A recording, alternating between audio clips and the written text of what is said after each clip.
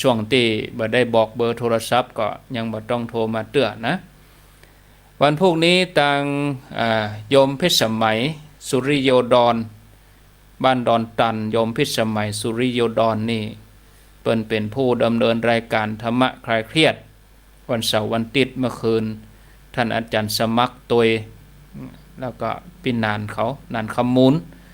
เดี๋ยวนี้เปิ้นก็เตรียมอุปกรณ์ไปถ่ายทอดที่บ้านโยมเพชรสมัยปีแล้วอาตมาก็ไปเนาะไปแต่ได้อยู่กับเปิ้นบ่เมินไปฉันเพลเรียบร้อยแล้วก็ปิกเพราะว่าภารกิจก็มีวันพรุ่งนี้ก็จะได้ไปร่วมกับโยมเพชรสมัยญาติโยมที่จะไปก็ถ้าคนเฒ่าคนแก่ก็อยู่เมินบ่ได้ก็ไปหอมแล้วก็ปิกบ้านเนาะเอาหน้ากากไปเหียต่างท่านอาจารย์สมัครเปิ้นก็มีการตรวจวัดไข้การลงชื่อบางท่านว่าเป็นได้เปิ้นถึงลงชื่อก็อย่างเงี้ยไผเป็นไผถึงจะฮู้เปิ้นจะตวยตามถูกเวลามีอันใดเกิดขึ้นแต่ว่าคนที่จะไปงานอย่างนี้นี่คงมีก็วัยรุ่นเนาะบ่ใช่ไปเปิดเพลงเต้นบึ้มบึ้มบึ้มมันมีไปนั่งฟังธรรมบักกองได้ยินว่าไปฟังธรรมเขาถึงบิดหน้าหนีเนี่ยส่วนใหญ่มันก็จะมีก็คนเฒ่าคนแก่ทั้งอันแหละศรัทธาญาติโยมเนาะศรัทธาญาติโยมแต่เจ้าว่าเขาไปอย่างอันนี้มันเป็นไปบ่ได้จะมานั่งสงบนี่นะจะมาเหมือนเขานั่งฟังธรรมมันมีเขาเต้นเขาลำก็จับมือถือแขนกันไว้รุ่นอ่ะบางทีกินเหล้าแก้วนี้ก็ไปยื่นให้เจ้าหมู่แหมแก้วยะมันก็ติดกันนะกะศรัทธาญาติโยมอย่างหมู่เฮาไปนี่เฮาไปนั่งฟังกันโหไปนั่งฟังธรรมกันโหเนาะสงบเรียบร้อยก็วันพรุ่งนี้คงก็คนนี่บ่เกิน30ประมาณนี้30ถึง50แต่ถ้าเวียนไปเวียนมาก็คงจะนักอยู่แต่ถ้าว่าคนที่อยู่ประจำนี่ก็ประมาณบ่เกิน30วันพุกนี่เนาะที่อยู่ด้วยกันหั่นนะ10ปลาย10ปลายเช้าเนี่ยแต่ส่วนโยมที่จะร่วมทำบุญนั่นก็อาตมาก็จะประชาสัมพันธ์ตั้งใจไว้ตั้งแต่วันที่1มาจนถึงวันที่7วันนี้ประชาสัมพันธ์ญาติโยมถ้าเลยวันที่7ไปก็ก็บ่ได้ยินได้ฟังเรื่องประชาสัมพันธ์เรื่องจะร่วมบุญกันอันนี้เป็นความตั้งใจของโยมพิสมัยเนาะเปิ้นจะร่วมตั้งต้นกองบุญสนับสนุนสถานีวิทยุวัดฝ่ายหินที่ได้ออกอากาศมาเป็นการน้ำกับไฟกับอินเทอร์เน็ตอันพวกก็ท่านอาจารย์วิศวัตก็ไปนั่งนักอยู่พุ่นศรัทธาญาติโยมจะร่วมบุญหลายท่านก็โอนไปผ่านธนาคารแล้วก็แจ้งชื่อมาที่อาตมาภาพเนาะหรือว่าวันพวกนี้ก็ไปจัดรายการสดที่ปุ้นก็โทรเข้าไปหอมเลยแจ้งชื่อวันพวกนี้ตั้งแต่เมื่อไงไปเลยโทรหอมได้แล้วก็เอาเลขบัญชีก็โอนกันตามนั่นเลยญาติโยมก็ฮับปอนในวิทยุเลยเนาะเปิ้นฮ้องว่าปรับประยุกต์เอาถึงแม่ญาติโยมมาได้ไปหอมคำตี้ญาติโยมก็โทรศัพท์หอมในงานวันพวกนี้จะจัดเป็นรายการพิเศษตุลุงยองกาอาตมากาตะเกก็จวนท่านพระครูสุเมธเปิ้นก็จะไปตวยฉันเพลแล้วก็จะแยกย้ายปากันปิกส่วนตุลุงยองก็อยู่ที่หั่นจนถึงฮอดงานแล้วบ่กะตุลุงยองรวดจัดรายการอยู่ปุ้นตวยเลยญาติโยมก็จะร่วมบุญกับโยมพิสมัยเนาะรายการธรรมะคลายเครียดกับครูบาอาจารย์ปู่จากุลปู่จากุลของสถานีก็เขียนหมายเลขธนาคารไว้ที่หมายเลขธนาคารกสิกรไทยหมายเลข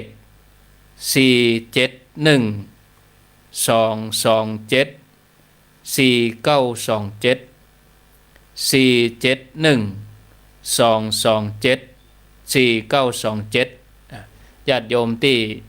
ดูทาง Facebook ท่านอาจารย์วิสุวัตรเปิ้นก็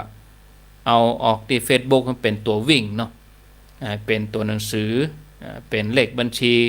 ถ้าจดบัตรตันก็ให้ลูกให้หลานเข้าไปหั่นเนาะเข้าไปพอว่าเป็นเลขอันหยังจะโอนเลขอันหยังชื่ออันหยังนี่นะสถานีสสวก็คือสถานีเพื่อการศึกษาพระพุทธศาสนาและวัฒนธรรมเป็นตัวย่อของเปิ้นธนาคารกสิกรไทยสเตื้อบอกไปวิทยุก็คนเฒ่าก็จดบัตรตันนะบางทีช่วงที่บอกหมายเลข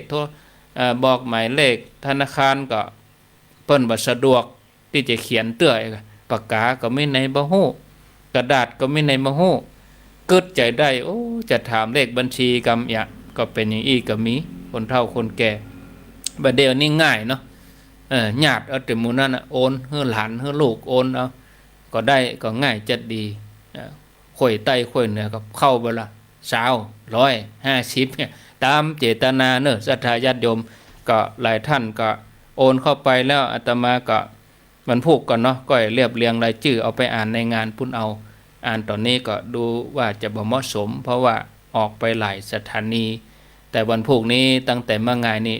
ยิงตรงเฉพาะ104อย่างเดียวเองเอาอย่าอู้กันในหั่นเลยดูตั้งอู้เปิดสายไผจะโฮไผจะห้อมก็โทรหั่นเลยโทรเสร็จก็บอกหมายเลขเสร็จเรียบร้อยก็ปันป้อนออกรายการนั้นเลยวันพุกนะก็จะสิ้นสุดตึกวันพุกแล้วก็จะได้รวบรวมแจ้งยอดศรัทธาญาติโยมได้ยินได้ฟังต่อไปเนาะอนุโมทนาเนอะก็ขอบุญกุศลที่ศรัทธาจะตั้งอกตั้งใจกันก็ขอให้ญาติโยมเขามีความสุขความเจริญได้ฟังธรรมะกันอย่างสุขอกสุขใจหม่นอกหม่นใจตึงเมื่อเจ้าเมื่อวันเพราะว่า FM 104นี่เปิด24ชั่วโมงเนาะ24ชั่วโมงแต่ๆนะญาติโยมมาวัน12ชั่วโมงมาขึ้น12ชั่วโมงผู้จัดรายการนี่อาตมาเขานี่ออกรายการแล้วเขาก็พักส่วนคนคุมนี่มันได้พักก็เดี๋ยวตนนั่นมาต่อต้องเชื่อมสัญญาณต้องเกาะสัญญาณโอ้ยิ่งผังรายการหลากหลายอย่าง104นี่ปะโทก็เดี๋ยวก็วัดนั่นออกวัดนี้ออกก็ต้องต่อเนื่อง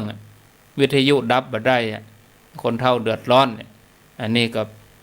เข้ากับยุคสมัยคนเฒ่าก็นอนฟังอยู่ที่บ้านได้สบายเนาะอนุโมทนาเอามาอู้กันถึงเรื่องธรรมะเรื่องสาระที่จะอู้กันในช่วงที่16:10 นาทีเวลาล่วงเลยมา10 นาทีและญาติโยมท่านทั้งหลายจะอู้ถึงเรื่องพุทธกิจของพุทธเจ้าอย่างที่จั่วหัวไว้ว่าหมู่เฮาทั้งหลาย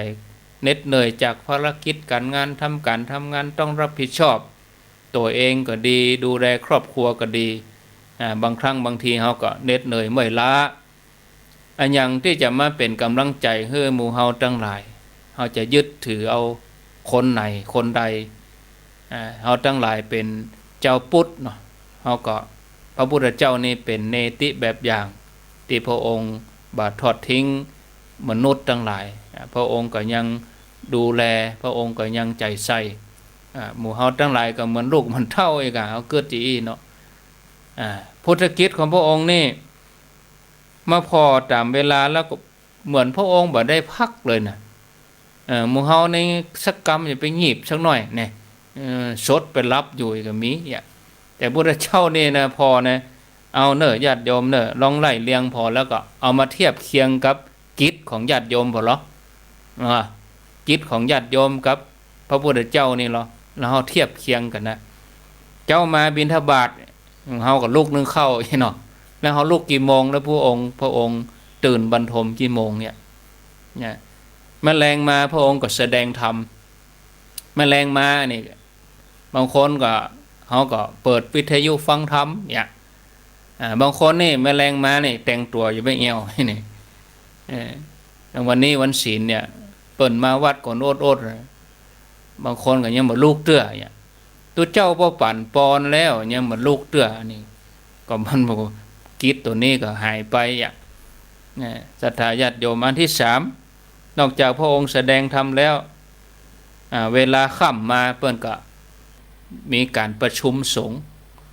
พระสงฆ์ทั้งหลายก็มารับฟังโอวาทบ่ใช่ว่าเมินๆไหนเตื้อนะทุกวันนะญาติโยมทุกวันนะนี่ค่ำมาก็เฮาโอวาทพระสงฆ์หลังจากนั้นบ่ใช่ว่ามกชั่วโมง2ชั่วโมงหรอกพระองค์เฮาโอวาทแก่สงฆ์เนี่ยเมินนะจนถึงฮอดดึกปุ่นเลยเที่ยงคืนนี่เพิ่นตอบปัญหาเทวดาละเป็นเวลาของเทวดาตั้งแต่เจ้านี่เป็นเวลาของมนุษย์เจ้าสายบ่ายค่ำนี่เวลาของมนุษย์เวลาของพระสงฆ์เดึกมานี่เอาล่ะเทวดาจองคิวมาแล้วบ่ใช่ภูมิเดียวบ่ใช่ว่าเทวดาชั้นเดียวนะเทวดานั่นก็สงสัยจะถามแล้วมีปัญหา108,900เนี่ยจะมาถามพระพุทธเจ้า เทวดาบางตนก็ตกลงกันได้หรอกคือพระพุทธเจ้าตัดสินกันมั้งเนี่ยมีเหมือนกันนะเทวดาเบิ่นคำใจสลั่งสังกาถามกันไปถามกันมาก็ตัดสินมาได้ไปจูงแขนกันไปเอาไหมไปถามพระพุทธเจ้าเพราะคือพระองค์ตัดสินนะแล้วก็ญาติโยมท่านทั้งหลายตอบปัญหาเทวดาเมื่อตอบปัญหาเทวดาจบหมดก็เวลาใกล้แจ้งแล้วกันนี่ศรัทธาลองกึดถึงตอนเฮาไข่ตาพระเจ้ากันหรอนี่เวลาเฮาพุทธาภิเษกใกล้ขันพอดีแล้วพระองค์ปฏิบัติจะได้พระองค์ก็แผ่ไขพยานตรวจดูสัตว์โลกว่าในสัตวโลกเนี่ยไผจะโพดได้ก็ไผจะโพดได้ก็จิตของไผเหมาะสมปารมีไผเปิงกวนดีอย่างกะพระองค์ก็จะแผ่ไขพยานไปโพดคนเนี้ยจะได้สำเร็จธรรมจะได้หูธรรมจะได้ดวงตาเห็นธรรมแล้วเปิ้นก็แผ่ไขพยานแล้วก็เหมือนญาติโยมเขาตื่นมาเจ้าเนี่ยตีสามตีสี่เขานอนเขาไหว้พระสวดมนต์เขานอนฟังรายการฟังธรรมะนี่ถ้าเขาเข้าใจในธรรมะของพระพุทธเจ้านี่เขาก็เข้าถึงธรรมผู้ใดเห็นธรรมผู้นั้นเห็นเราตถาคตพระองค์ตรัสไว้อย่างนี้เนาะก็พุทธกิจถึง5ข้อนี้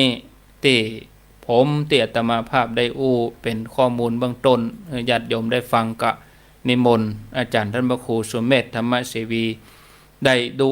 อธิบายเพิ่มเติมเรื่องพุทธกิจของพระองค์ว่าพระองค์ใช้เวลาในการทำพุทธกิจเนี่ยเป็นเวลายาวนานเท่าใดเนาะมากมายนะเนี่ยทุกวันนะกี่ปีกี่เดือนนะตั้งแต่ตรัสรู้มานี่เป็นสัมมาสัมพุทธเจ้านี่เนาะครับขอกราบนิมนต์ครับไว้สาครับผู้สนทนากันครับตอบโต้กันเนาะครับ เรื่องนี้พระองค์บอกคือพระโมคคัลลานะมีอยู่หลายตอนนะตอนที่พระมหาโมคคัลลานะเพิ่นไปอย่างเทวดาเนาะแล้วก็เทวดาก็บอกว่าเพิ่นได้สร้างบุญสร้างกุศลอย่างมาถึงได้มาเป็นเทวดาครับแล้วหลังจากนั้นพระมหาโมคคัลลานะก็มาบอกพระองค์ว่าได้ไปสนทนากับเทวดาว่าเพิ่นได้สร้างบุญสร้างบารมีพระองค์บอกพระองค์หันได้แต่ใต้ต้นโพมันนะว่าพระองค์หันได้แต่พูดนะว่าแต่ว่ามีสักขีพิญาณเนาะพระองค์ก็เริ่มบอกว่ายังหมดถึงการแล้วเวลาเกิดเรื่องทุกอย่างภายใน45 ปีพระองค์มองโดยภาพรวมเนาะพระองค์หันได้แต่ใต้ต้นโพแล้วครับแต่ตอนนั้นก็มาแจกรายละเอียดเองแต่ละวันมาแจกรายละเอียดเรื่องนี้พระองค์จะเป็นองค์สมเด็จพระสัมมาสัมพุทธเจ้าจะอาจารย์ว่างานพวกเขาทั้งหลายงานเขามีมงอีเนาะแต่ถ้างานเนี่ยเป็นงานที่หนักที่สุดและยาวนานที่สุดเองแลกด้วยชีวิตมามีอยู่ตอนใดเขานะพระองค์บอกไว้เหมือนกันว่าจี้คือภิกษุทั้งหลายว่าที่พระองค์แลกเรื่องตาลบารมีนะดอยถึงดอยมันเนี่ยเป็นม่อนเป็นเทือกเนี่ยอย่างน้อยเนี่ยที่พระองค์ปาดจี้นเป็นตาลก่อนเนี่ยดวงตาที่พระองค์ควักคือเป็นตาเนี่ยนะพอบนท้องฟ้าเนี่ยที่หันด้วยตาอย่างน้อยเนี่ยตาที่พระองค์ควักคือเป็นตาถึงดิบเนี่ยเขามากมายเพียงนั้นแน้มหาสมุทรที่หันพอหันกันแน้กับฟ้าเนี่ยอย่างน้อยเดี๋ยวที่พระองค์ตาลเลือดเป็นตาลก่อนเนี่ยพระองค์เดินทางในโลกวัฏสงสารมาได้อยู่ป่าโคกโลกนะต้องสร้างบารมี30 ตัดอันนี้ที่เขาได้ฟังหรือเขาได้สวดกันบารมี30 ตัดของครูบาเจ้าศรีวิจัยเนาะถ้าสาวกหรือคนอื่นที่สร้างบารมีนั่นเรียกว่าบารมีแต่ถ้าเป็นโพธิสัตว์เจ้าหลังจากได้รับพุทธบัญญัตินั่นเรียกว่าพุทธกรณะธรรมแบบกรณะนี่แปลว่าสิ่งที่ต้องทำเลยหรอเป็นข้อแม่ว่าต้องทำอันนี้และพระองค์ก็บอกว่าเหมือนกันนะว่าสัตว์โลกทั้งหลายที่เกิดมาเนี่ยพระองค์บัสรรเสริญการเกิดแม้แต่ขี้ปลายเล็บสัตว์โลกทุกตัวแต่ว่าสัตว์ที่ไม่อยากเกิดมาเป็นกุลนี่เนาะมาเกื้อกูลสัตว์โลกเองมีแต่โพธิสัตว์เจ้ากับตนละหันตาเจ้ากำลังบ่มบารมีเป็นอาสิติมหาสาวกบ่มบารมีพระปัจเจกพุทธเจ้า3 ประเภทนี้เท่านั้นนะที่เกิดมาแล้วเป็นกุลแก่โลกนอกนั้นพระองค์มาเกิดแล้วมาทุกข์บัสรรเสริญการเกิดมันอันนั้นโพธิสัตว์เจ้าเนี่ยเกิดมาเป็นกุลหรอเกื้อกูลสัตว์โลกทั้งหลายอย่างถ้าเราได้อ่านชาดกนี่เนาะตอนที่พระองค์สรุปธรรมพระองค์ก็จะบอกว่าสัตว์โลกไม่ใช่สัตว์โลกพุทธบริษัทสมัยเนี่ยก็คือสมัยนั้นน่ะที่ได้สร้างบุญบารมีร่วมกับพระองค์มา แล้วก็จะมีอย่างพ่องเนาะแต่ละอย่างเอามาแจกแจงกันเลยครับ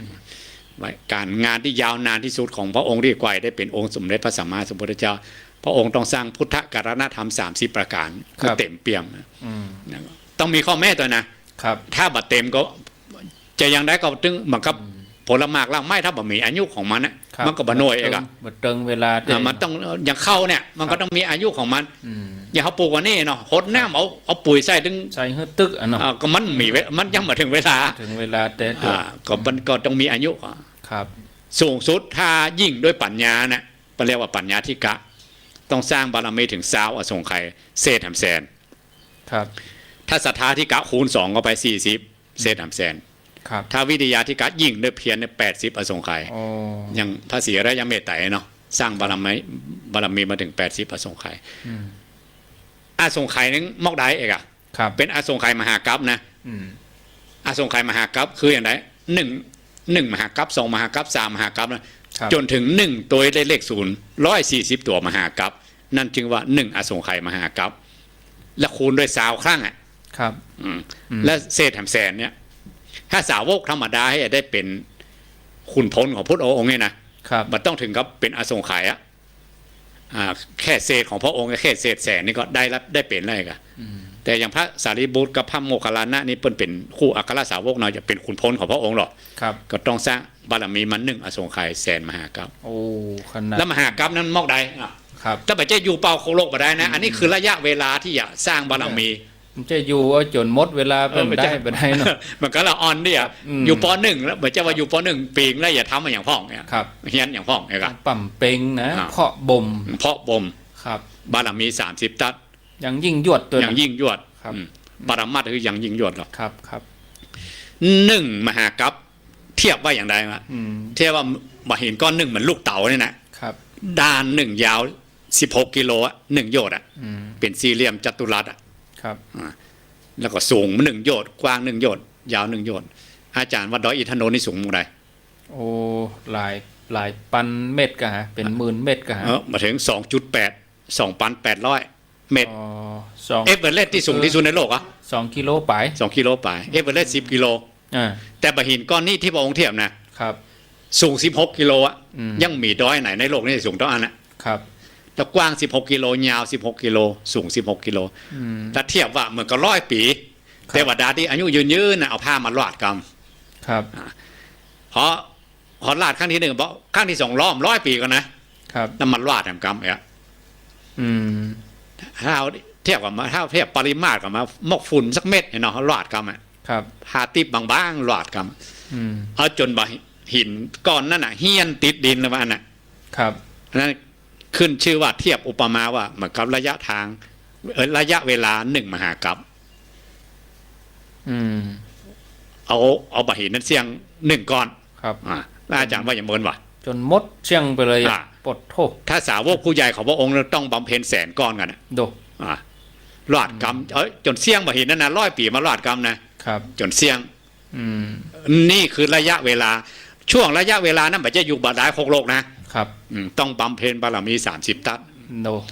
พระองค์กับสาวกบำเพ็ญอย่างเดียวกันแต่ว่าระยะเวลาบัดเท่าเดียวกันนี่ครับพระองค์ต้องสร้างบารมีเหมือนกับถ้าเทียบกับหินก้อนนั่นก็ว่า1ตัวเลข0 140ตัวคูณด้วย20บวกแถมแสนก้อนครับอันนี้ขึ้นชื่อว่าการที่พระองค์บำเพ็ญบารมี30ตัดถึงเต็มเปี่ยมเนี่ยครับพอพระองค์เกิดขึ้นมาในโลกนะฟ้าดินกระเทือนเลยเพราะว่าคนตนบุญนี่เนาะตนบุญมาเกิดครับจักรวาลหนึ่งนะหรือในช่วงระหว่างที่พระองค์บังเกิดนะก็มีพระพุทธเจ้าตนเดียวว่าอันน่ะครับมันมีตนที่2เพราะว่าแม้แต่จักรวาลก็รอ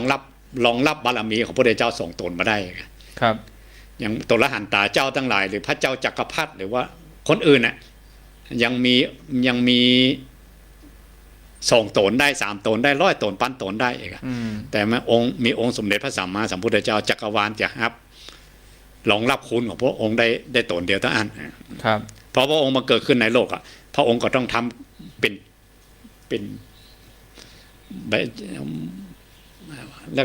เรียกว่าอย่างเป็นกิจวัตรของพระองค์เลยนะเป็นหน้าที่ ครับ ทำด้วยหน้าที่อ่ะทุกวันเลยนะ ทุกวัน ครับ ตอนที่พระองค์ตรัสรู้ใหม่ๆใต้ต้นโพ ครับ น่ะ อืม พญามารมาแล้วหรอก มา พระองค์นี่ไปหน่อยเด้อ พระองค์พูดโดดเดียวกับปอกอะ โอ้ไปชนใจเขาอย่างเนาะปล้นแล้วรู้เลยเนาะ ปล้นแล้วล่ะปล้นแล้วไป รู้เลยเนาะ ไปตัวเดียวไปเด้อ ครับ ปัญญามารมานิมนต์ นิมนต์เลย ไปนิพพาน แล้วมีตำราเทียบว่านะครับ พญามารนี่มันก็ปรารถนาพุทธภูมิเหมือนกันเนาะ อ๋อ พอพระพุทธเจ้ามันเกิดขึ้นมากลัวพระพุทธเจ้าขนคนไปหมดวันเนาะ ครับ มันไม่ได้ขนละมันไม่สร้างบารมีก็ไป ครับ เพราะบารมีพระพุทธเจ้านักเกินเนี่ยฟ้าดินกระเทือนหมดอะ ครับ มันก็คอยเหมือนกันหรอ ครับ คอยว่าพระองค์อย่าขนคนไปหมดเหมือนนิมนต์พระองค์นี่ไปเนี่ย ครับ แต่พระองค์บอกว่าตราบใดที่พุทธบริษัทยังบ่มั่นคงด้วย ครับ พระองค์ก็ปณิพานด้วย และในสัปดาห์ที่3พระองค์ก็ถ้าตามภาษาบ้านเราก็ว่า พระองค์มีความขนขวายน้อยเนาะ ครับ แล้วก็พระองค์ก็เทียบกับดอกบัวดอกบัวว่าสัตว์ตโลกเหมือนกับดอกบัวนี่ที่โปนแนมก็มีกัน ครับ มีกิเลสน้อยบางตาก็มีเพียงแต่เขาบ่ฮู้ตางมาได้ ถ้าคำสอนของพระองค์ไปเปิดให้เขาเปิดดวงตาเขาเนี่ยเขาก็สามารถจะไปได้อย่างเงี้ยเพียงแต่เขาบอกงูหนตางก็มีองค์สมเด็จพระสัมมาสัมพุทธเจ้าเป็นนายนำหมู่ออกไปก่อนเนี่ยเพราะฉะนั้นนายนำหมู่อย่างพระองค์เนี่ยจะมีมันก็มีหน้าที่อย่างในห้องอย่างที่อาจารย์บอกเกี่ยมพระองค์มีหน้าที่อยู่5อย่างนี้ ครับ เป็นพุทธกิจ ครับ ครับนะเจ้ามาบิณฑบาตโปรดสัตว์ พระองค์ตั้งโปรแกรมตั้งแต่เช้าตรู่แล้วว่าอย่างต่อวันนะเช้าตรู่มาโปรดสัตว์ถ้าเทียบพระองค์ไปเจ้าเหมือนกันนะครับ พระองค์ก็เป็นภาษาสมณะเนาะโดยคนไป ครับ จะเตียบไปสนทนากับหมู่นิโครนพ่องโมอย่างห้องนะก่อนจะไปกุมบาลนะ ไปก่อน ไปก่อน ครับ แล้วก็พอรับหลังไปบุญนั่นเล่าขวัญโดยคนละจนพระอานนท์ทนบ่ได้เนาะ ครับ พระองค์อย่าไปสนทนากับเขาอย่าเขาไปเจ้เลื่อมใสพระองค์ตามมารยาทอันนั้น ครับ พระองค์ก็เทียบว่าเหมือนกับเจ้านาปลูกนาว่านะครับ ปลูกข้าวเนี่ย หวานไปเนาะ หว่านไปอันที่ได้เม็ดก็มี เม็ดที่มันจะงอกมันจะเต้งกับปีจะรีดไปกับมี แล้วก็ถึงแม้บ่มีเม็ดบ่มีเต้งบ่มีหน่วยได้ใบมันได้ต้นมาก็เป็นอาหารของงัวของควายไปอ่ะไอ้ยังเฮาออกวิทยุเนี่ยกันฮะไผเป็นไผโบโหเนาะไผฟังพ่องไผฟังพ่องยังได้กับโหเนาะยกตัวอย่างสัจจการนิคนเนี่ย ครับ ที่ไปโตกับพระพุทธองค์นะ อันนี้เถียงหัวโจนฝานะนี่ พอท่อ โอ้เจี้ยเชียงบ่เจี้ยอย่างขนาด พอตายไปแล้วก็เชื่อที่พระองค์ฝังแล้ว มีหันแล้ว เพราะตอนหลังมาเกิดตีเมืองลังกามาเป็นพระพุทธโฆษาจารย์ที่แต่งวิสุทธิมรรคเนี่ย เนี่ยดู เนี่ย ขนาดนั้น เพราะเชื่อได้ฝังไว้แล้วอย่าเชื่อแห่งการตรัสรู้หรอกเชื่อที่พระองค์ฝังไว้พระองค์หันเหตุหันยาเอาไว้เนาะแต่พระอานนท์หันตอนปัจจุบันนั่นกะ ครับนะกิจวัตรของพระองค์คือพระองค์พอตั้งแต่เจ้าตัว ครับ ยกตัวอย่างอย่างคนใจของอนาถบิณฑิกาที่ไปอยู่ในโรงครัว ครับเอาข้าวจีไปจะไปกินเนี่ยกะตอนที่ทุกครูบาอาจารย์มีก็บ่มี ครับ บ่มีภัยมันมีของตาเนี่ย ตอนมีศรัทธาก็บ่มีของตานเพราะมีของตาแล้วก็มีพระมามีสมณะมาคราวนี้ก็จีเข้าอย่าไปกินเนี่ยกับพระพุทธเจ้าเนี่ยพระองค์พอตั้งแต่เจ้าตัวมาแล้วนะเหมาะเจาะแล้วครับพอศรัทธาเปิดขึ้นมาเท่านั้นพระองค์ปาไปได้เลยไงในกุลของการกุมบาตรของพระองค์คือไปโปรดคนครับอันนี้ยกตัวอย่างหลวงพ่อชามีครั้งหนึ่งเป็นปาทุเจ้าฝรั่งไปลูกศิษย์ของเปิ้ลเนี่ยบิณฑบาตต่างประเทศที่เมืองอังกฤษเมืองฝรั่งมีคนว่ามาขอทานมานะครับหลวงพ่อชาว่าได้ว่าไปหลวงพ่อเปิ้ลไปจะโปรดเอาเข้าไปจะกุมบาตรเข้าไปโปรดคนไปกุมบาตรเอาคนมาน่ะก็ได้ตัวเจ้าฝรั่งมาบวชนักแต่นักว่าเนาะหนึ่งเดียวถ้าเทียบกันจริงๆนะหนึ่งเดียวในเมืองไทยนะที่เอาพระฝรั่งมาบวชเนาะตอนอื่นก็มีนะมีแต่มีเหมือนนับปะเท่ากับหลวงพ่อชาเปิ้นไปบุกได้นะเนี่ยฝรั่งยอมรับตอนแรกเนี่ยไปกุมบาเขาว่าเปิ้นอ่ะครับตำรวจจะมายับเลยนะเพราะผิดกฎหมายเหมือนกันหรอบิณฑบาตเอาคน เปิ้นบอกบิณฑบาตเอาคนไม่ได้บิณฑบาตเอาเข้าก็ได้แต่เนอะอันนี้พระองค์เนี่ยถ้าอยู่กับวัดกับวายเนาะก็ลูกศิษย์ของพระองค์มิตรตั้งแต่พญาจงเมืองหมดอ่ะเศรษฐีข้าหบดีอย่างหมดอ่ะคนก็ต้องมารอใส่บาตรที่วัดก็ได้ บึดอ่ะพระองค์โดนว่าตั้งแต่พระองค์ไปเมืองกบิลพัสอ่ะ ครับ ไปกุมบาทป่อมันว่าเขาเลยนะ โอ้ปอกก็บ่ใช่ว่าจะให้ลูกมากั้นมาอยากนี้ ลูกพญาเจ้าเมืองเนี่ยเนาะ เป็นอย่างอันนี้เสียหน้าเสียตานี่ ปอกอะ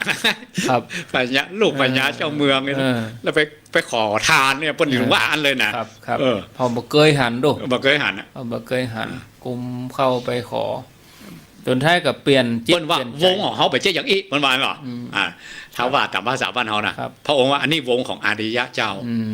เนี่ยแนวปฏิบัตินี้เนอะ อ่า ครับกลัวจะให้คนเริ่มใส่ได้เนาะโอ้สุดยอดเลยนะตรงแมลงมาแสดงธรรมคือแสดงธรรมแก่ไผ ช่วงกลางวันก่อนอันนี้เปิ้นว่าโดยย่อเนาะ ครับ ช่วงกลางวันตอนทับแขกวันค่ำนะ ถ้าบัดตอนทับแขกเวลาพระองค์เดินเตะสันถีอ่ะ ไผไปไผมานี่ โอ้ นะ ตอนทับคนถึงเมืองอ่ะ เนี่ยถึงมีก่องงานเลขา ครับ เยวัดพระทัพพามารุบุตรนี่เป็นหัวหน้าหรอก แล้วพระอานนท์กับ ครับ เลขาส่วนตัวเนาะเนี่ยต้องมีก่องงานเลขากรอง พระมรบุตรนี่เป็นพระ ละอ่อนนะบวชใหม่นะนี่ 7 ขวบแล้วเป็นอาหารตา กันนะ อ่า แล้วก็ไปลาพระองค์ว่าจะนิพพานเนี่ยก็มันแล้วพระองค์ก็เลยมอบหมายงานให้ว่า ทำหน้าที่อย่างดีเลย อ่ะ โดนร้องเหมือนกันเด้อ อย่างก็สองตนนั่นแหละ อ่ะ พระชะอย่างก็ ภูมิมัชชกะ ภูมิชกะนั่นนะโอ้ กับเมตติยะกับภูมิมัชชกะ ใส่ไล่เลยกับ จัดคิวเฮ้อว่าวันพุกตั้นนิมนต์เนอร์บ้านเศรษฐีนะเนี่ย นอนบัลลับเป็น โอ้อย่าได้ไปกินของลำบ้านเศรษฐีเศรษฐีไปหันใช้พฤติกรรมเพื่อให้ได้มั่วนอก หันหน้าปื้นอ่ะเนี่ยครับ บัดท่าเข้าบ้านเลย อยู่นอกเพิ่นก่อน เอ เปลี่ยนของทาน เปิ้นถ้าอย่าต้มจะพัดของดีแบบตันเวลาแต่ก็ เนาะเปิ้นถ้าอย่าพร้อมแบบพร้อมแต่ก็เศรษฐีเฮามาอยู่นิท่าก่อนนี่นี่กลายเป็นเข้าเปลี่ยนกำนั่งพักดอมก็หาว่าเปิ้นแกล้งนี่ หาว่าก่องงานเลขาเนี่ยก็จัดนิมนต์แกงอ่ะ คนมันจะหาเรื่อง ที่พระอัครสาวกหรืออาสิติมหาสาวกเนี่ยได้ของดีปิ๊กวัดหมดอ่ะ อื่นนี่ได้ดี ที่ตัวเก่าไปเนี่ยได้เขาเปลี่ยนกันน้ำผักต้มดองอ่ะ ตัดเฮาสองตนนี่ เลยมาปรึกษากัน แกล้งทุกวิถีทาง ใส่ไล่ไปแล้วขั้นลูกกาบัตร ในที่สุดก็เอานางพิษุณีเนาะ ชื่อเมตติยา อันนี้เขาปลงรายละเอียดเนาะ ครั จะเป็นอาบัติชั่วยาวปลงรายละเอียดว่า เพียงแต่เปิ้นใส่ไล่ ครับ อันนี้อู้ถึงเรื่องแสดงธรรมนี่คือ เมื่อกลางวันพระองค์ก็รับแขกคนนั้นคนตึงโยมตึงอย่างนี้นะ ตั้งแต่มดอ่ะ เศร ค ษ น ฐีก็ยังออกมาน่ะ อาคันตุกะถ้าอาคันตุกะห้อง คนมาตันนะยังของอย่างเนาะอันนี้ค่ำมาก็ญาติโยมก็ปิกหมดแล้ว ยังไม่เตือบางทีพระองค์บอกพระอานนท์นะปู่พระสังฆากรรมพระองค์อย่าพักอิริยาบถกรรมร่างกายก็พระองค์มีเหมือนกันพระองค์คือพระอานนท์ปู่พระสังฆาแล้วพระองค์ก็นอนพักสักกรรม สักครู่หนึ่ง สักครู่หนึ่ง ครับอันนี้เมื่อค่ำมาก็แสดงธรรม แสดงธรรม พระ กัน สงฆ์ ตอนรับ โยมก็มีตัวกัน โยมก็มีหัวค่ำนี่โยมหรอก ครับ โยมที่วันเปิ้นแยกการอย่างบ้านเขาก็เลิก5 โมงเลยเนาะ มันแรงแสดงธรรม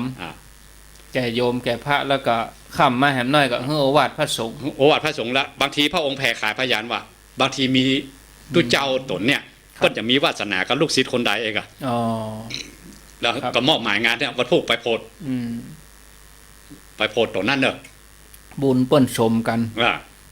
บุญเปิ้นเติม เป็นอาจารย์ยกตัวอย่างสักเรื่องเนาะ ครับ เพราะมีเวลาเนาะมีเมืองอยู่เนี่ยนะเมืองอย่างนั้นอยู่ทางปากใต้มานะครับ พระองค์ส่วนมากพระองค์เผยแพร่ธรรมทั้งภาคเหนือนี่หรอแล้วเมืองทางใต้นั้นมาขี้สวก ครับคนดุหรอ คนสวกอ่ะ ครับ แล้วก็เป็นพวกทมินนี่เนาะคนสวกแล้วก็มีหมู่บ้านหนึ่งทุกเจ้าไปมันนึกเอาบดินทำเสร็จแล้ว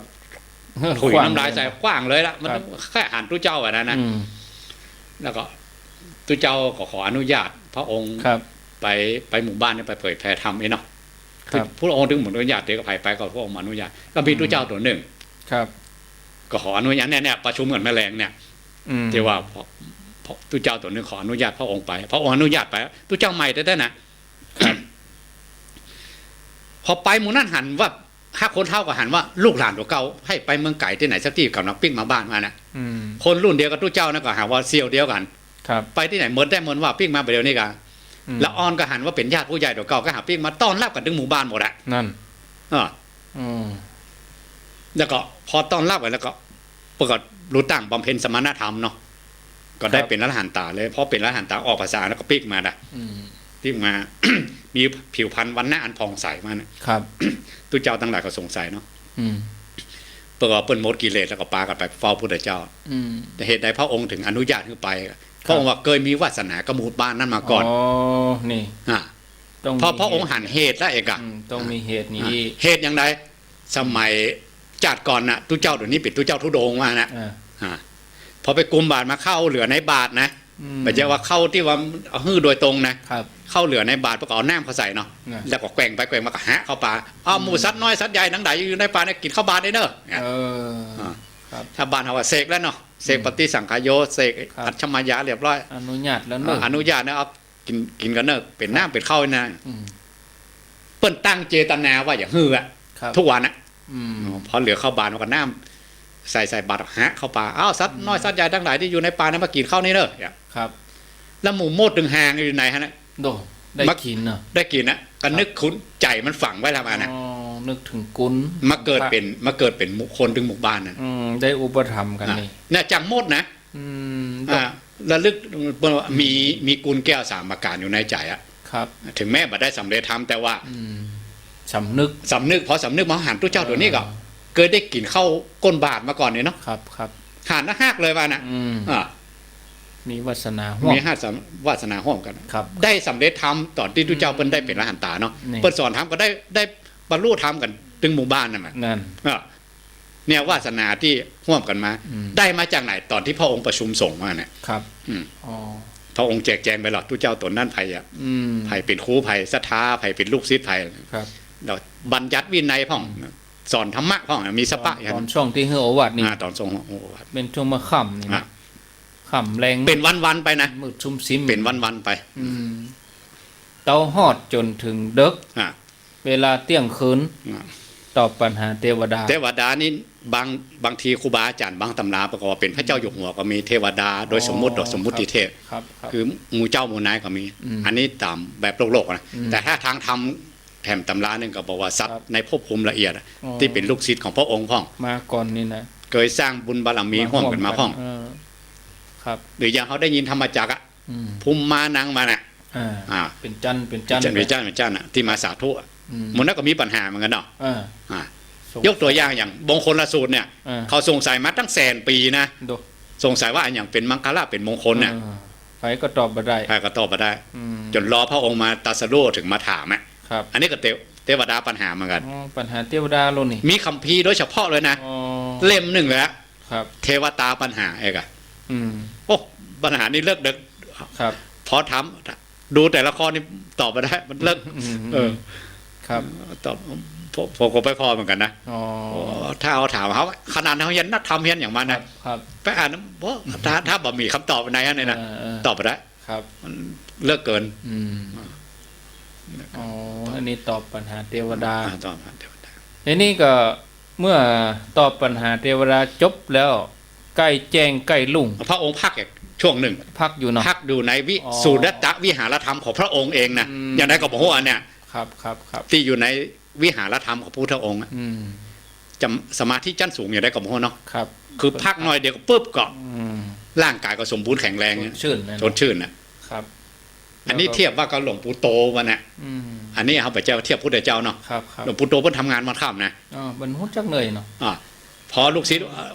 ก็เรียกกันนะขอพักสักกรรมวะเนี่ยพักก็พักแต่เปิ้นนั่งงีบปุ๊บเดียวนั่นนะจื่นมาแล้วอยู่ได้แห่งวันข้ามมาน่ะอันนี้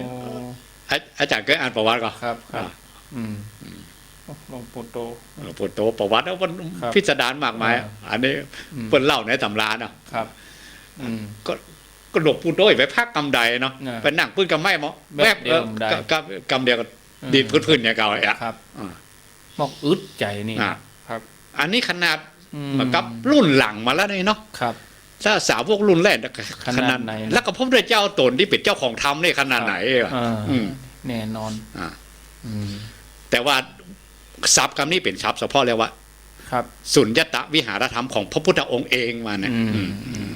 เป็นวิหารธรรมของพระองค์ที่พระองค์พักกรรมหนึ่ง ที่เปิ้นไปพักไปอยู่นะ อ่า แล้วก็เปิ้นใช้วิธีอย่างตรวจดูสัตว์โรคแพร่ขาด ดังนั้นหลังจากพักแล้วก็พระองค์ก็ทำกิจวัตรเหมือนกับว่าบ้านเขาว่าตื่นมาเจ้าเองเนาะ ทำ แต่มันก็ทำกิจวัตรจุดส่วนตัวเรียบร้อยพระองค์ก็ เข้าห้องน้ำห้องหยัง เดินจงกรมกันนะครับ เดินจงกรมของพระองค์เองเดินผ่อนคลายอิริยาบถเนาะ ครับ เดินจงกรมแล้วก็มานั่งสมาธิ นั่งสมาธิอย่างไรก็บอกฮู้แหละ ครับ บัดใจว่าอันทำบัดได้บัดใจทำถ้าพระองค์ไปตรวจอย่างตึงโลกตึงจักรวาลบัดใจไปบัดได้หรอก ครับ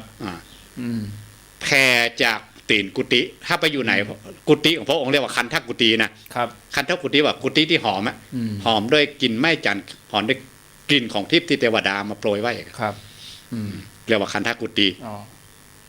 แผ่จากตีนกับกุฏิไปถึงขอบจักรวาลที่ไหนก็บอกฮู้ล่ะ ครับไปปิ๊กอย่างงี้นะ วันละครั้งละ3 รอบ โด อย่าเคยถามอาจารย์ว่า ครับ อาจารย์ลองคูณหัวเราะ โอ้เจ้าใดหูเนาะ 45 ภาษา โด คูณด้วย โด 365คูณด้วยตึงวัน 3ตึงวันเกือบ 50,000 ครั้ง ครับทุก ไป วัน ไปสุดขอบจักรวาลแล้วก็ปิ๊กมาไปสุดขอบจักรวาลเรียกว่าอนุโลมและปฏิโลมอีกอะวันละครั้งละ3 รอบทุกวัน ว่าสัตว์ตะวันโลกตัวใดพ่องเกยสั่งสมบุญบารมีมา ถ้าเป็นเครื่องมือสมัยใหม่นี่ก็คือสแกนเนาะ สแกนเรดาร์แหละ สแกนไปทวัดตาท่านเด้งมาติ้งเนี่ยเนาะ แต่พระองค์ที่ไปเมื่อวันนั่นนะ พระองค์หันเหตุนำมาเจ้าแล้ว ครับอ๋อมันมีแล้ว มีแล้ว ครับ ถ้าเป็นครูก็เพิ่นเตรียมการสอนทำไมเมื่อวันเมื่อคืนแล้ว อันนี้เหมาะสมธรรมะข้อนี้เนอะ อ่า อันนี้ก็เหมาะสมกับธรรมะข้อนี้เนอะ แล้วอย่างฮื้อไผ่ไปโพดโดยพระองค์จะโพดเองก็มีอย่างฮื้อสาวกโพดเองก็มี แจงไป อ่า ตามเหมาะสมสำหรับบุคคลนั้น แล้วเดียวก็มี ครับ อย่างที่ไปโพดนางนะอันนั้นเดียวเลยดอกนางถวายข้าวจีนะครับ โพดตึงหมู่ก็มี ครับ ว่าโดยรวมถ้าโพดกันเป็นเมืองๆนะครับต่างคนต่างคิดว่าว่าน่ะพระองค์แสดงทำเขาคนเดียวมาน่ะนั่งส่องหน้าโดยอู้ก็เขาคนเดียวเลยนะ เลยลึกซึ้งเลยได้เข้าถึงธรรมได้โวยก็พระองค์ก็คนเป็นหมื่นพระองค์พอหน้าเขาจิตต่อจิตหรอจิตต่อจิตครับก็เหมือนยังโปรแกรมซูมอย่างเดียวเนี่ยค่ะ เป็นแสนคนเนาะเชื่อมเครือข่ายกันหมดเลยนี่เฉพาะถึงเทคโนโลยีหยาบๆนะเนาะเทคโนโลยีหยาบๆในยุคสมัยประเดี๋ยวเนี่ยมันเป็นนับเป็นอย่างกับจิตของพระพุทธเจ้าอย่าว่าแต่โลกมนุษย์จักรวาลหมื่นโลกธาตุแสนโกฏจักรวาลอนันตจักรวาลมันในทรัพย์ก็จึงมีวะก็วิทยุสถานีหนึ่งเขากัน2 คนนี่เด้อคนฟังไปกี่ร้อยเนาะอันนี้เฉพาะนี่นะก็ขึ้นก็ยานประเด็นในยานวิทยุนี่นะ แต่ยานพระพุทธเจ้านี่เหนือกว่านี้นี่หลาย10 ล้านเท่านะประมาณโอหรอนับมาได้ประมาณมาได้แล้วก็เนี่ยได้ถึงจะเข้าข่ายเอาละก็สร้างตามศีลภาวนา3อย่างนี้ว่าโดยย่อๆแล้วก็พระองค์แผ่ไปปุ๊บว่าถ้าสร้างตามศีลประมาณนี้กับมีสิทธิ์เหมือนกันนะมีสิทธิ์เข้าข่ายพระองค์แล้วพระองค์ก็ปาไปได้เลยเป็นนายน้ำหมู่ปาไปเลยจะคือไผ่ปาไปพระองค์ปาไปเองก็มีคือสาวกไปก็มีครับแต่พวกเขาดิ้นมานั่งอู้กันนะหรือคนฟังเนี่ยเขาเป็นขี้เห่อะหมดเนอะแสดงว่าเขาหลอดข่ายพระองค์อะครับเนี่ยเนาะเพราะเขาไม่ได้สร้างเข้าใจทำเห็นเนาะเข้าใจทำมาเดียวเนี่ยครับพอเวลากันเลย20 นาทีขนาดนั้นเหรอมัน20 นาทีจะมดลงไปกำลังม่วนกำลังม่วนจะเป็นต้องได้ฟังเนาะฟังศรัทธาญาติโยมพอว่ามีคำถามก็ว่าจะจาสนทนา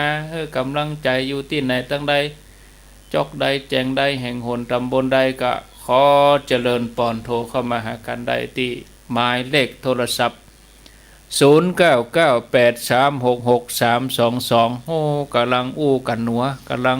ม่วนเนาะจาสนทนาธรรมจะได้วันพรุ่งนี้ก็ติดตามฮักฟังรายการพิเศษเนอะสำหรับ FM 104.50 ตั้ง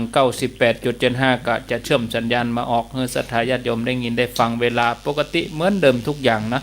จนจบรายการวันพรุ่งนี้นะเอารับสาย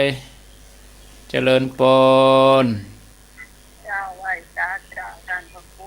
จะได้ไม่น้อย พศ46 47เนาะถ้าใครเด็กไปปฏิบัติธรรมที่วัดน้องสอไม่ใช่พระครูสอนที่ว่าอยู่น้องสอยเป็นเรื่องพุทธวาทที่สบายจ้ะปฏิทานะคาถานี่ก็จะถือสัพพัญญายาเตวตาสันติวิหาราวชิมุนะเจ้าแล้วก็ท่าตุสีลังตาตังธัมโมสัมมาทัตราสัพพุคละเสียยายก็ฟังวิทยุมาเสียรุ่นแล้วเนาะในบรรยายอยู่ฟังแล้วเนาะเพื่อมาฟังบรรยายฟังก็ดีผู้ใจสูตรได้บางทีนะพบสูตรเจ้าเนาะใจสูตรกันได้ก็ได้แต่ว่าถ้าเอาสูตรผู้เดียวสูตรที่สัมปัญญาอย่างนี้หน่อยว่ามันงงดีจ้าไว้ซะโมทนาสายต่อไปเจริญปนไว้สาครับฐานพระคุณสองลูกจากที่ไหนจากในปูคาสันกำแพงเนาะฟังชัดดีกาชัดดีให้ปูคาเนี่ยมันอยู่ตำออกไม่คือบ้านเป็นนะต้องออกโดยสเก็ตบ้านตู้อยู่บ้านไม่ต้องปองอยู่เกินกลางไม่คือกับบ้านมันโต่งเนี่ยปอนครับผมเพราะว่าผมดีอ่ะที่มันคือเรื่องโอ้แล้วพวกหนานน้อยถ้าพวกกูในหัวใจเกินเนาะอ๋อหนานน้อยบอกว่าเนี่ยอายุนักบ่พวกหนานน้อยครับคุณน่ะอายุนักก็ออกบ้านมา40 กว่าปีโอ้ออกหมดแล้วนะทำหูละป่ะเพิ่นออกบ้านมาเป็น40 ปีแล้วเขาเป็นลูกหลานไหมนะคนหนานน้อยเดือนนี้ป่อนี่ตัวใดอ่ะคือเรียกผม69วัน69อยู่เนาะ68เรื่องข้างเขากูยังอวยพรนี่เหรอยินดีเนอะเดือน5 ปีไว้69ละโอ้อายุมันยืนยาวยินดีเนอะสาธุ0998366322เจริญปนจากที่ไหนแม่ขันแก้วไม่อายแม่ขันแก้วไม่อายว่าจะได้ไม่อายเจ้าประแดงไม่อายเจ้าว่าจะได้แม่ขันแก้วเจ้าครับเจ้าแค่ถามว่าก็ตรวจเตียนก็ทำมาจักเนี่ยต่อบ้านให้รู้ว่าจำแต่ของเปิ่นคืออย่างเนาะมันป้อเวลาแต่แม่เอ้ยแปรธรรมจักว่าปวดโทมันต้องเป็นชั่วโมงบนกา2 ชั่วโมงเนี่ยป้อท่านนี้เขาจะโทรไปหลังไม้นะต่อแม่จะเฮือแปรกำใดอ่ะถ้าแปรหมดนี่เวลาปอแล้วแม่เฮือแปรกำใดที่แม่จำมาสั้นๆเอาที่ว่าอีกทางผู้ขานิโรโทนิโรท่าคาไม่มีปฏิปทาอริยสัจจังเอาละเงาล่ำได้ละแม่เอาประโยคอีทางนั่นเอากะอันนี้จะเงาละน่ะอธิบายปอนิโรท่าคาไม่มีนี่เนาะอธิบายเวลาปอเนอะเวลาปอเอาไว้โอกาสหน้าเนาะเวลาปอถ้าจะให้ละเอียดนะแม่เอาไปเสิร์ชพิมพ์เข้าไปที่ YouTube อ่ะสวดธรรมจักรแปลอย่าปะทบเปิ้นออกมาเนี่ยเขานอนฟัง3 ชั่วโมงเลยเปิ้นมีบาลีแล้วเปิ้นก็สวดแปลของเขาตัวอ่ะอันนี้สมเหาะสมม่วน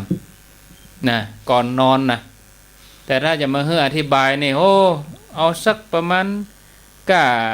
อย่างเอวเมสุตังเอกังสยังนี่ก็ทุกเข้าไปเป็นชั่วโมงละก็จะขึ้นต้นเนาะที่มาที่ไปพระองค์เตดที่ในภัยเป็นภัยแหมยามันใช่ว่าปุ๊บปั๊บโลเนาะเอาสักวันบอกน่ะก็เอาพูดหน้าเนาะพูดหน้าก็เอาธรรมจักรแปลเอาแบบฉบับเข้าใจในชั่วโมงเนาะเอาอีดีกว่าแม่นแก้วรอฟังพูดหน้าก็ได้เนอะเนาะเจริญปนกลับภาษาพระอาจารย์ทั้ง2 ท่านเจ้าว่าจะได้ยมพรป่าเศร้าเจ้ายมพรป่าเศร้าเจ้าพระอาจารย์โควิดที่มันมาเยือนเลยในโควิด19เลยเจ้าอันกำลังมา เยือนทางเข้าเดี๋ยวนี้มันก็เหมือนสงครามโลกประจับอาจารย์ครั้งที่1กับสงครามโลกครั้งที่1กับครั้งที่2มันจะเป็นสงครามโลกทางเคมีจับใช้อาวุธทำหันกันนะเจ้าแต่สงครามโลกเดี๋ยวนี้มันกินทางชีวภาพตั้งเชื้อโรคมันมาตั้งเชื้อโรคที่เฮามองเห็นตัวนะเจ้าจะอ่านแล้วเฮาก็ต้องพยายามป้องกันโซดเก่าเจ้าแล้วคนติดติดเจอมาแล้วมันพยายามว่าไปแท้เจอกับคนอื่นก็ต้องกักตัวเก่าเจ้าพระอาจารย์ก็หายอยู่บ่พอนะเอาไปเวรเนี่ยเจ้าพอจำนวนเพิ่นน่ะมันกินได้ที่ใดเนาะว่าที่จะมากักตัวเก่าบ่ไปไหนเนี่ยแต่เขาก็ชอบที่จะไปแอวตั้งครับตั้งบ้านที่มันแพร่เจอได้เว้ยนะเจ้าอาจารย์แม่นนะเนาะแล้วก็เนี่ยพยายามป้องกันจะแล้วมันก็เป็นเหตุปัจจัยเนาะเป็นปัจจัยที่มันจะเกิดต่อไปเห็นแต่พยายามป้องกันตัวเก่าจ้ะมันมาเยือนเท่าใดนะจ๊ะแต่สุดแล้วแต่อันมันก็มันนี่กับธรรมชาติอะจ้ะมันก็เกิดขึ้นแล้วก็สิ่งใดเกิดสิ่งนั้นก็ดับไปเป็นธรรมดาทั้งหน่อยมันก็กะเฮาละจ้าอาจารย์มันตึงหายไปมันก็อยู่กับเฮามือแต่เฮาก็ต้องป้องกันตัวเก่าละจ้าอาจารย์จ้าดีแล้วอนุโมทนาเนอสาธุกราบวันสาวันทุกข์ผมได้ปะกันเพราะว่ามีเหตุคือมีงานข่าวดำเรากับต่างคนต่างไปมีใครดูแลผู้สูงวัยสำคัญเป็นยังทำหน้าที่ของเฮาก่อนเนอะจ้าสาธุ0998366322มีเข้ามาไผจะอู้จะจาสนทนาแถม10นาทีสุดท้าย 16:50 นาทีเจริญปอนเจ้ากับไว้สาเจ้าท่านพระครูเจ้าวันนี้อาจจะได้มาเสร็จมาส่งอุ้ยเข้าใจดีนะเจ้าถึงแก่นได้วันนี้นะถึงแก่นบ้านโฮปีใหม่แล้วขอพระครูมีอายุมากกว่ายืนนะเจ้าอยู่ขั้นจุงพระพุทธศาสนาเมืองนะเจ้าอยู่คู่รายการนี้เมืองเนอะยินดีนักเนอะกับไว้สาเจ้าหัดดูอันนี้ห้อยโทกป่าปูบ้านโฮงเจริญปนการนมัสการเจ้าท่านพระครูเจ้ายมพิษสมัยนมัสการท่านพระครูสมัยตัวเจ้าสวัสดีเจ้าพี่นันเขาถึงบ้านแล้วก็พี่นันพรุ่งนี้คงได้เจอกันอยู่เนาะไปกะไปอยู่เพราะว่าวันนี้พี่นันขโมยแล้วก็เนนทั้งหลายให้ลูกนะเป็นนางผู้มาวางละกล้องมาวางหมดละจัดอย่างเรียบร้อยก็สาเรียบร้อยหมดละตอนนี้นะก็50%เดี๋ยวแค่เอาอย่างมาเห็นนะข้าวเห็นมันนักละแล้วแค่กับข้าวอากาศที่มันพวกอ่ะที่ตั้งทำอ่ะเจ้านอกนั้นหมดละเรียบร้อยหมดแล้วเจ้าดีแล้วกันเนอะดีตั้งครับเจ้าอนุโมทนามันก็เป็นเช่นได้แต่ว่าเตรียมอุปกรณ์ที่วัดไข้อย่างเรียบร้อยนะเจ้าเจ้าไม่ต้องกลัวเนาะโนทนาเนอสาธุเนาะอันนี้โยมพิสมัยสายต่อไปเจริญปอนสมัครการผู้ว่าถึง2ลูก2ตนครับวันนี้ท่านพระครูสุเมธสุนทรเนาะอุตส่าห์เต้งฟังจะหลายสัปดาห์ผมมาสักเสือครับเป็นหลายจะไม่อายตัดตอนครับผมไม่อายเรามีโอกาสได้เข้าโลกกันเลยได้ฟังในโลกนะครับเดี๋ยวนี้อยู่จุดไหนแล้วขึ้นมาใช้งานสำนักงานแล้วครับใกล้ๆตะกิ้วสไตล์นี่แหละครับโอ้ไกลเหมือนกันนี่ได้ครับผมฟังในรถไปกะครับฟังในรถครับแต่ฟังได้แบบเต็มนิดเต็มหน่วยดีเพราะว่าต้องแวะซื้อของนั่นนี่แต่เป็นอย่างครับเพราะว่าเดี๋ยวบึ้ดก็ไปฟังในของย้อนหลังได้ครับย้อนหลังครับผมอินดีเนอร์ ครับยินดีครับได้ฟังได้ก่อนได้มาประกาศครับผม ที่เพิ่นอันสนใจที่จะฟังเนาะหลากหลายเจริญปน เจ้านมัสการเจ้า จากที่ไหน